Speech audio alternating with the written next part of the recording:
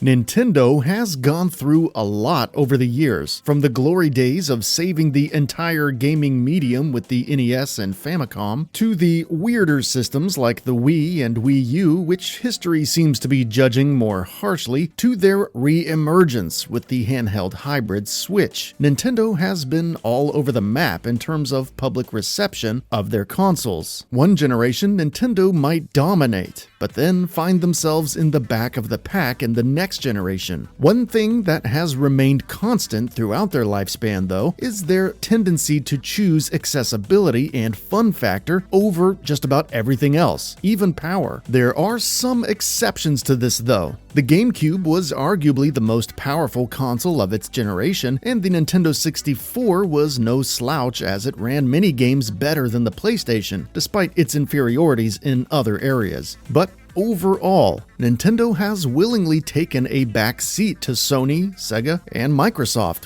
with console power in order to keep production costs of games down and minimize price tags for consumers. This has earned them a reputation of being the console that puts fun first, and while that can put them in a position where they are giving up ground to their competitors in other areas, being known as the fun console is never a total loss, as there are always going to be a huge chunk of gamers that agree with that philosophy. Even still, what if Nintendo were to leave that philosophy behind and release a console that beats even the Xbox Series X in terms of raw power? Being the fun console and giving up the moniker of the most powerful has cleared a path for Nintendo to give us lots of recognizable mascots like Mario, Kirby, and Yoshi that don't require a ton of polygons and advanced shaders to portray like Master Chief and Nathan Drake do. Yet they are still able to penetrate through the membrane of gaming culture with their recognizable appearances and personalities. In a way, Nintendo gets to have their cake and eat it too. But to give up that perceived weakness in exchange for a console with more teraflops, RAM, and hard drive space than even the Xbox Series X would change the game dramatically, and I mean that in the most literal sense.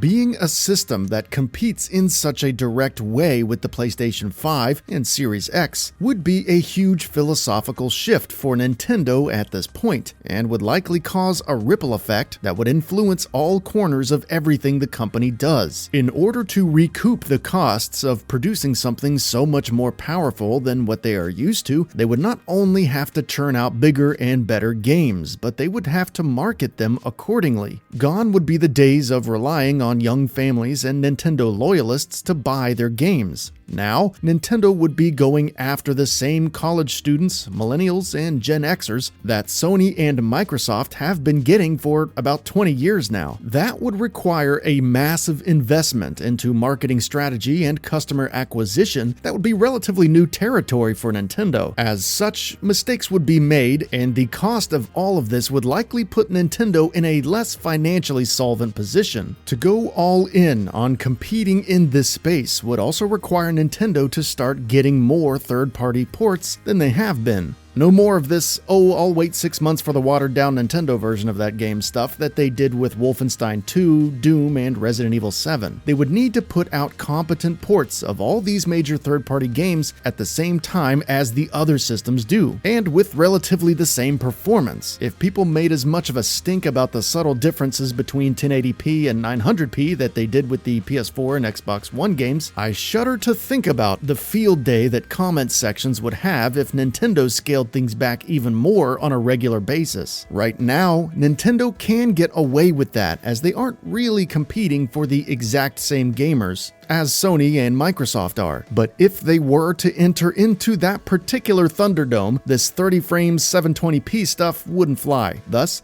Nintendo would need to acquire bigger studios with larger staff to handle these bigger workloads. That alone would be a mighty expensive endeavor just to get on the same footing as Sony and Microsoft, let alone compete with them and beat them in sales. A major drawback Nintendo would likely see as a result of this massive switch, no pun intended, intended, is a loss of their fan base to a degree. Sure, they might pick off some Sony folks and maybe even some Xbox people, but for every one of those they gained, they could potentially lose at least a couple long-time Nintendo gamers who just want to play Pokemon and don't want or are unable to spend the bigger amounts of cash Nintendo would now have to charge. These folks would probably continue to prefer Nintendo, but the amount of systems and games they bought would likely go down. Would the increase in profit from higher prices overtake the amount of money lost from less people buying their products? Possibly. But it would throw so much of Nintendo's current business model up into the air and introduce so many unknown variables into the equation that it's basically impossible to predict with any degree of certainty if it would work out in the long run. The truth is, Nintendo has a pretty great thing going for it right now. The Switch is doing well. Mario, Pokemon, and Zelda are just as popular as they've ever been, and Nintendo continues to hold on to its spot as a household name and one of the greatest brands in entertainment as a whole. Yes, their consoles are underpowered. Yes, many of their ports of AAA third-party games are technically inferior to the other versions, but that hasn't stopped Nintendo from continuing to be an unmitigated success with its intended audience of families, kids, and other Nintendo fans across the entire spectrum of gamers. Nintendo has a very effective balancing act going on right now. Their consoles are relatively cheap to make, cheap to sell,